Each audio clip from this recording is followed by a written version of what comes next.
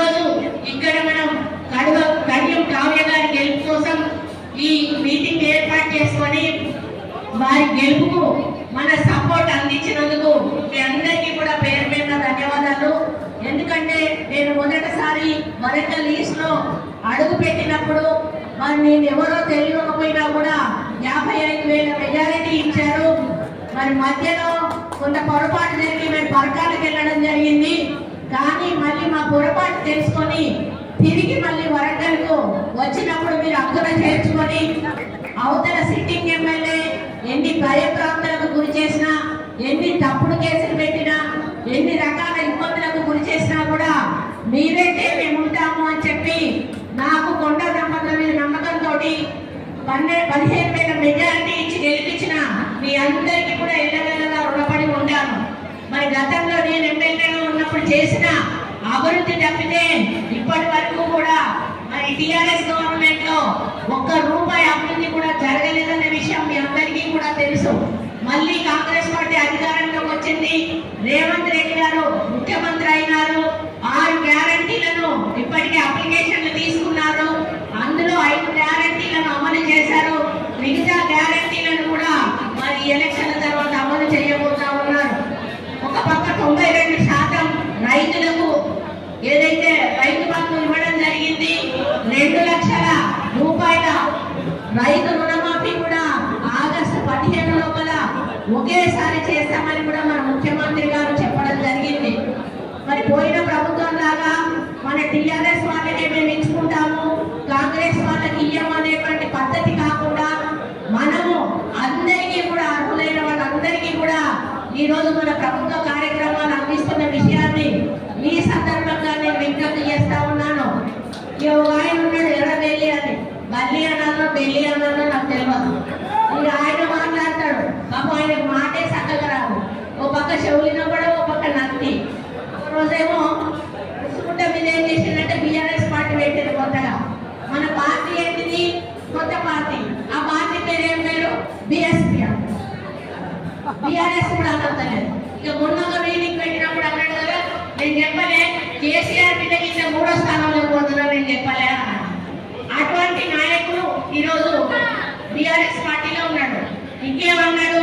కావ్య ఉన్నప్పుడు 12 మంది పోటీలో ఉంటే కావ్యమైనాక 24 మంది పోటీలకు వచ్చిండ్రు అన్నారు. అరే బాబు, 24 మంది పోటీలో వస్తే ఇంకా 10 మంది ఇంటెలిజాల వచ్చినట్టు మరి వరంగల్ జడ్పీ చైర్మన్ ఎందుకు ఎప్పుడు ఇంకెవరు క్యాండిడేట్ మీ దగ్గర లేరా అని చెప్పి నేను అడుగుతా ఉన్నాను.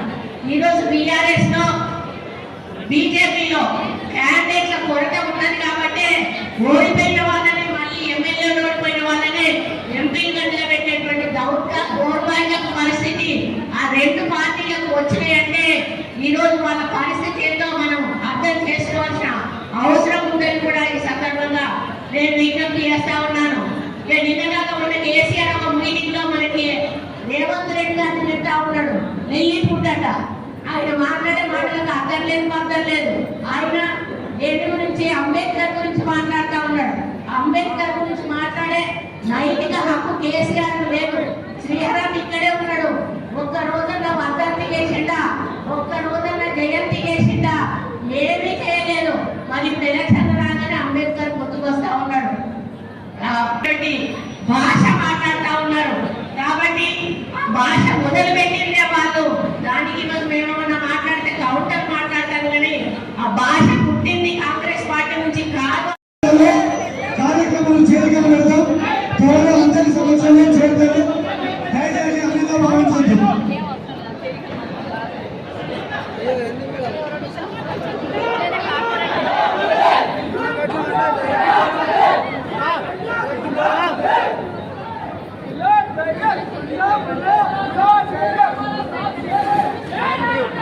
ఫోను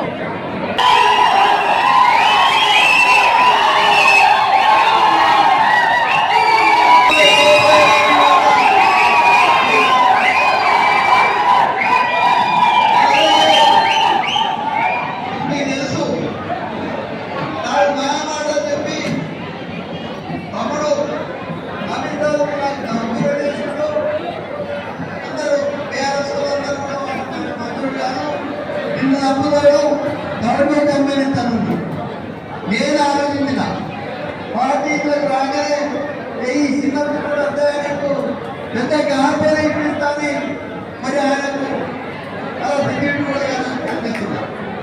అలాగే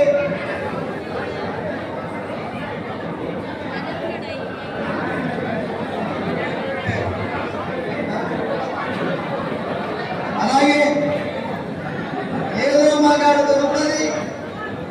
ఆ ఎమ్మెల్యే బాగా చేస్తారని నమ్మి మన డిప్యూటీసీ మనవి చేసినప్పుడు కౌన్సిల్లో కొండమురళి లేకపోతే స్థలం పక్కబడి అదేవిధంగా ఈరోజు కంపల్సరిగా నారంగంలో మాత్రం ఒక పైసలు తీసుకోకుండా ఇంటిపించే బాధ కొండమురళి మీద ఉన్నది. మరి నేను మాట్లాడుకుంటున్నా ఒకటే, ఈరోజు ఒకటే చెప్తున్నా, ఎవ్వరు కూడా మీరు పైసలు ఇవ్వాల్సిన అవసరం లేదు. నేను స్వయంగా కొండ సురేఖ బయట తిరిగినా, కొండ సురేఖ మంత్రి కాబట్టి బయట తిరిగినా నేనే స్వయంగా ఇంటికి ఇస్తానని తెలియజేస్తూ, అలాగే మరి మీ అందరికీ చెప్తున్నా, నేను 9 గంటలకు క్యాంప్ ఆఫీస్కి వస్తా, 2 గంటల గుండా అన్ని సమస్యలు కూడా పరిష్కరించే కార్యక్రమం చేస్తా. ఈరోజు పేదల